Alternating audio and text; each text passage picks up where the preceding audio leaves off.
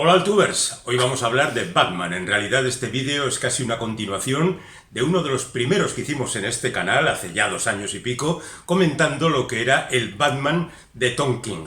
En realidad no había terminado la etapa de Tom King, pero ya se le venía a las maneras, pudimos hacer un diagnóstico bastante ajustado de lo que después ha significado esa etapa.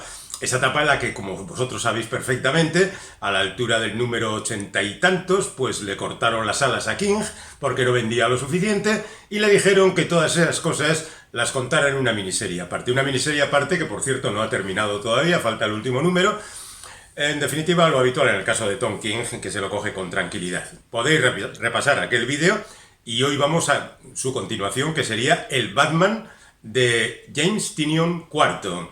El tipo que le sustituyó.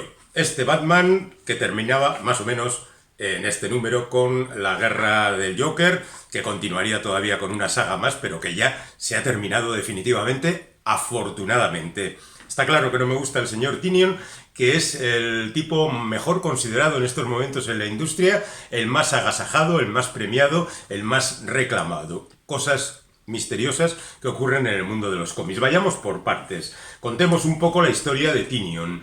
Tynion nace en el 87 y aparece en el mundo de los cómics de la mano de otro tipo también muy bien considerado, que poco a poco ha ido también cavándose su tumba, como es Scott Snyder.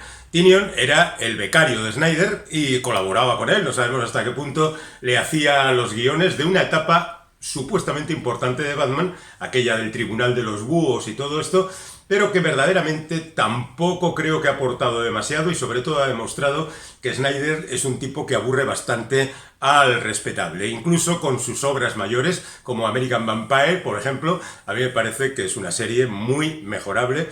Gracias al Albuquerque la cosa funciona un poco mejor. Pero bueno, estábamos con Tynion, que durante un tiempo trabaja con Snyder, incluso firma una serie complementaria del Batman de Snyder, como es Talón, y luego hace Capucha Amarilla y Los Forajidos, y también trabaja para otras editoriales pequeñas, series como El Octavo Sello o La Casa en el Muro, cuando le dan la oportunidad de ser uno de los guionistas de Batman Eternal.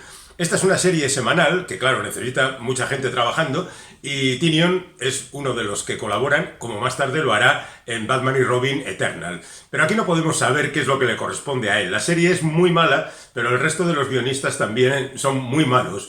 Y solo de vez en cuando algún dibujante acaba sacando la cabeza de esa mediocridad. Entonces, después de Batman, este hombre, Tynion, sigue haciendo cosas como, por ejemplo, The Woods para los estudios Boom y Memetic, que es una especie de secuela, que no son cosas especialmente relevantes, pero claro, cuando uno es nuevo, pues hay que dejarle pasar muchas cosas porque tiene que foguearse y tiene que ir cogiendo altura. Su serie de Constantine, de Hellblazer, que es una de las que siguieron a la renovación del personaje tras el final de su colección en Vértigo, pues tampoco dice demasiado de su trabajo. Y después aparece ya en una serie que va a tener cierta repercusión, como es Detective Comics, que es la segunda serie de Batman. Ahí, misteriosamente y por no sé qué extraña razón, el público está dispuesto a aplaudir al señor Tynion, y lo hace entusiásticamente. Voy a aventurar una teoría, que sea obra de Agustín Martínez Bueno, con el que este hombre ha colaborado mucho y que es un excepcional dibujante cántabro residente en Euskadi y que dibuja como Los Ángeles. Los guiones, que es lo que nos importa aquí de Detective Comics, marcan el ritmo que el señor Tynion da a todos sus guiones. Tynion es un tipo que controla bastante bien la continuidad de la editorial, sobre todo la DC. Conoce a los personajes y lo único que hace es repetir el mismo esquema, el mismo guión, durante diferentes arcos. Cambia los personajes, los malos son otros. Como hay un catálogo amplio, puedes tirar. Y luego se especializa en mezclas del tipo este que hablábamos, de la guerra del Joker. Pues ahora la guerra del Joker, luego la del Acertijo, luego la del Pingüino, y aparecen 3000 tipos malos alrededor de ellos. Y poco a poco pues se van peleando con Batman y Batman al final gana. Bueno, estupendo, ¿no? Lo que esperábamos todos. Bueno, quitan a King de la serie principal de Batman y ponen a Tynion. ¿Y qué hace Tynion?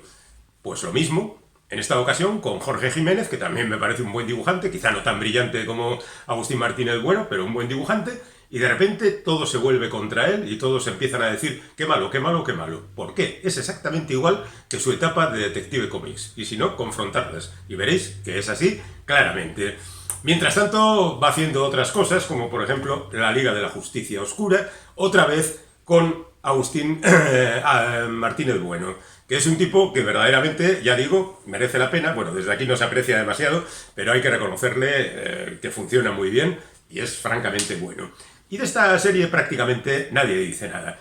Y luego al mismo tiempo pues ya empieza a hacer otro tipo de trabajos como The Kamandi Challenge y empieza a pasarse también a otras multinacionales de este tipo de cosas como The Nice House in the Lake, que es otra serie con Martínez Bueno, que le ha convertido en un auténtico fenómeno y que le ha permitido a los dos ganar el Eisner más reciente a la mejor obra nueva.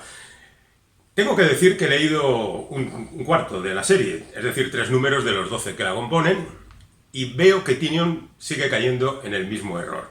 Tiene una historia bastante convencional, la reunión de 10 o 11 amigos en una casa en el lago, y allí fuera están pasando otras cosas, amenazadoras, terribles, verdaderamente escalofriantes, no sabemos qué es.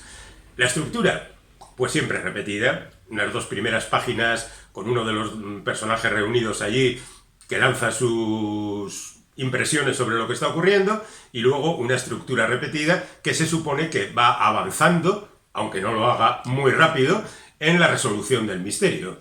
Es decir, a ver si cuando llega el 12 nos enteramos por fin de qué es lo que pasaba, porque de momento, y vamos por el 7, las cosas no van muy allá. Ya digo que yo me he borrado a la altura del 3. Otras series recientes es Hay algo matando niños, que ha hecho para los estudios Boom, y que también parece gozar de gran prestigio, y que, bueno, pues ni me he atrevido a leer. La que me gusta más, curiosamente, es El apartamento de la verdad, que es una serie que ha hecho junto con Martin Smirnoff, que la verdad es que parte de un buen presupuesto, como es el hecho de que los servicios secretos estadounidenses tienen un departamento de la verdad donde justamente tratan de engañar a todo el mundo y contarle mentiras. Y que ahí, por ejemplo, tenemos a personajes históricos que creíamos muertos incluso, como el supuesto asesino de Kennedy, que están manejando los hilos de la trama. Pero la verdad es que tampoco va muy allá y es el dibujo el que salva un poquito más la situación. En definitiva, mi opinión sobre el señor Tynion es que es un guionista muy mediocre, que maneja, a veces con habilidad y otras no tanto, una serie de elementos que se repiten hasta la extenuación y que la verdad pues no nos deja especialmente satisfechos. Para terminar este vídeo, repasemos qué es lo que sigue en otras series semejantes. Detective Comics pierde a Peter Tomasi, que tampoco estaba en su mejor momento, y es sustituido por Ariko Tamaki, que es una guionista canadiense, aunque de origen japonés, que ha hecho un trabajo vulgar, simplemente vulgar. Por otra parte, tenemos el desembarco del señor Joshua Williamson, uno de los peores guionistas de la historia, ahora en Batman. ¿Es bueno? ¿Es malo? No lo sé, he leído solo este número, y ni bueno ni malo, sino todo lo contrario. Al mismo tiempo, hay otra serie, Batman el Caballero, que firma el increíble Chip Zdarsky, el guionista de Daredevil. Así que tenemos gran confianza en él. He leído este número. ¿Es bueno? ¿Es malo?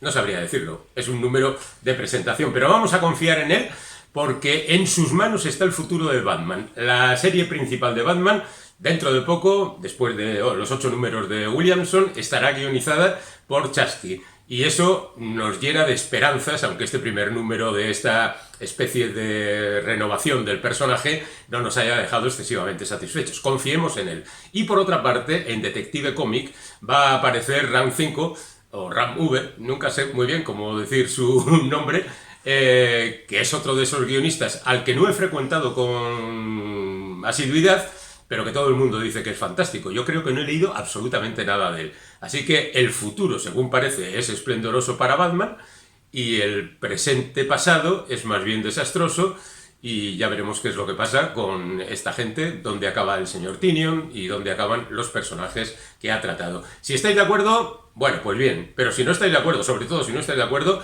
contádnoslos en los comentarios y entramos ahí en discusión. Hasta la próxima.